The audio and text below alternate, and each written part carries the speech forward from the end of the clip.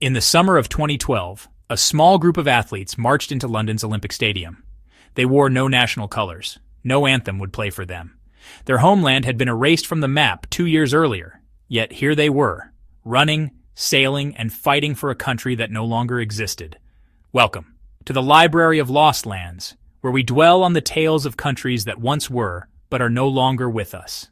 Today's vanished land is the Netherlands Antilles, an autonomous Caribbean country within the Kingdom of the Netherlands, existing from the 15th of December 1954 until its dissolution on the 10th of October 2010. Its flag, adopted in 1986, bore 5 stars, each representing one of its islands, set against a deep blue band, crossed by white and red. At its peak in 2010, its population was just over 227,000 spread across Curaçao, Bonaire, Sint Maarten, Saba, and Sint Eustatius. The roots of the Netherlands Antilles stretch back to the age of exploration when the Dutch wrestled the Islas Inúteis, the useless islands as the Spanish once called them, from Iberian control in the 17th century. For centuries, the islands were grouped administratively under the Dutch crown, passing through colonial phases until, in 1954, a new constitutional arrangement transformed them into an autonomous country within the Kingdom of the Netherlands. The nation's territory stretched across 2 distant island groups, the ABC Islands, Aruba, Bonaire, and Curaçao, lying just off the coast of Venezuela, and the SSS Islands, Sint Maarten, Saba, and Sint Eustatius, in the northeastern Caribbean. From Willemstad to Philipsburg, the islands shared a single government, currency, and flag, while still relying on the Netherlands for defense and foreign affairs. But in 1986, Aruba broke away to become its own autonomous country within the kingdom, leaving 5 islands to carry the name and governance of the Netherlands Antilles.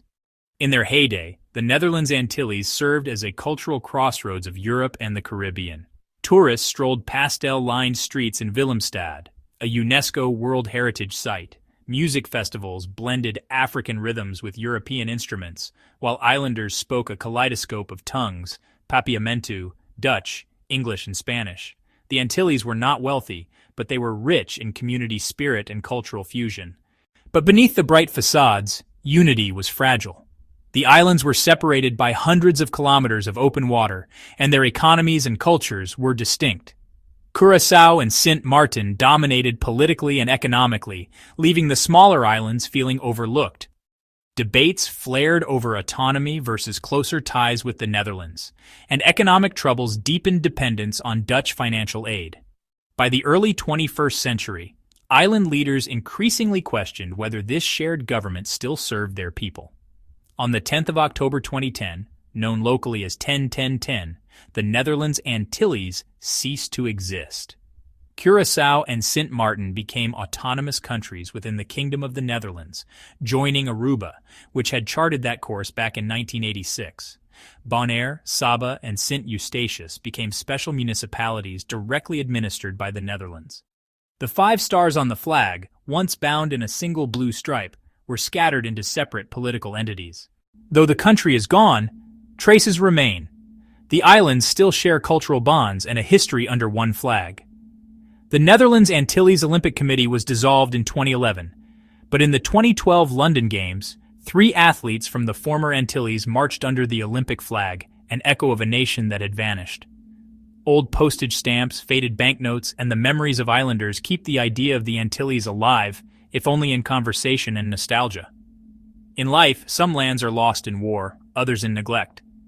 But the Netherlands Antilles slipped away in quiet constitutional reform, a peaceful scattering of stars across the Caribbean Sea. Its story reminds us that even without conflict, the bonds of a nation can unravel when the islands of identity drift too far apart. And so, the question lingers. Can a people truly forget the country they once called home? Or do its colors still fly in the heart, unseen? And don't forget to like and subscribe to the Library of Lost Lands.